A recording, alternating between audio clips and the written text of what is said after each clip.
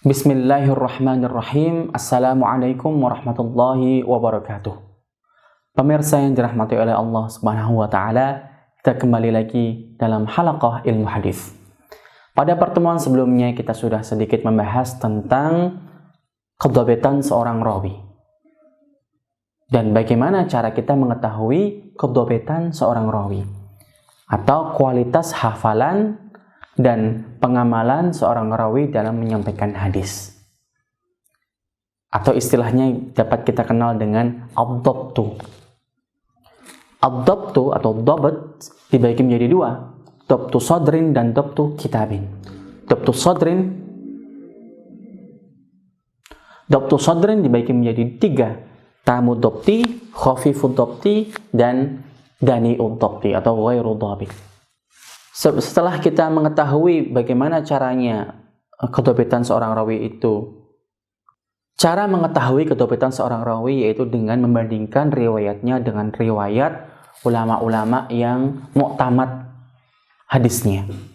Jika setelah perbandingan persentase persamaan atau kesamaannya itu banyak atau antara 90 sampai dengan 100%, berarti rawi tersebut berada pada kualitas yang tertinggi, yaitu awsaqun nas atau athbatun nas. Kemudian jika persentase persamaannya itu antara 80 sampai dengan 89%, berarti rawi tersebut dinamakan thiqah. Jika persentasenya antara 70 sampai dengan 79, berarti rawi tersebut soduk. Nah, kalau rawi dikatakan sebagai soduk, berarti dia sudah masuk dalam kategori rawi yang khafifud dhabti.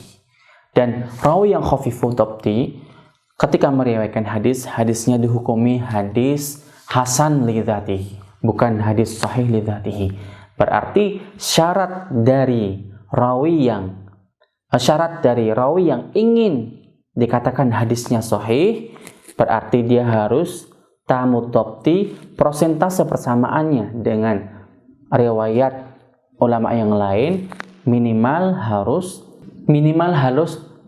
persentase persamaannya harus 89%, sehingga dia dapat dihukumi dengan rawi yang thiqah.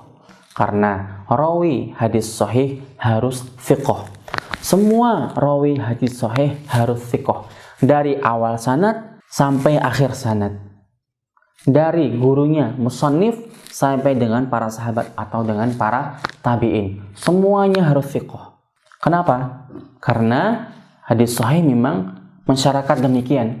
Dan jika ada satu saja dalam sanad hadis yang ingin kita hukumi, jika dalam sanadnya itu ada satu rawi saja yang tidak thiqah, atau hilang kethiqahannya, atau dia menjadi seorang rawi yang soduk saja, atau dia menjadi seorang rawi yang dhaif karena suatu sebab, maka hadis itu sudah tidak bisa kita hukumi dengan hadis sahih. Sudah hilang. Kenapa? Karena ada satu penyakit atau ada satu kekurangan dalam sanad, rantai sanad yang ada. Jadi syarat hadis sahih yaitu semua rawinya dari awal sanad, dari gurunya lagi, semuanya harus thiqah. Artinya dia harus adil, memiliki sifat adalah, sifat ketakwaan yang tinggi, tidak fasik. Kemudian dia juga harus memiliki sifat tamu dhabti, kualitas penghafalannya bagus dan tinggi, tidak banyak melakukan kesalahan ketika menyampaikan hadis yang dia hafalkan. Lantas, kalau kita bertanya, apa saja sifat-sifat yang dapat menghancurkan atau mengurangi kualitas seorang rawi dari segi adalah atau kedhabitan? Ada beberapa sifat-sifat atau beberapa hal-hal yang dapat menggugurkan keadalahan kualitas seorang rawi dari segi keagamaannya, yaitu dengan pertama, berbohong atau al-kadhib. Jika seorang rawi sering atau memiliki kebiasaan berbohong, berarti sudah otomatis dia tidak dapat disifati dengan sifat adalah. Karena apa? Karena berbohong adalah mengatakan sesuatu yang tidak sebenarnya. Dia melakukan sesuatu yang dia melanggar sesuatu yang dilarang oleh Allah Subhanahu wa taala.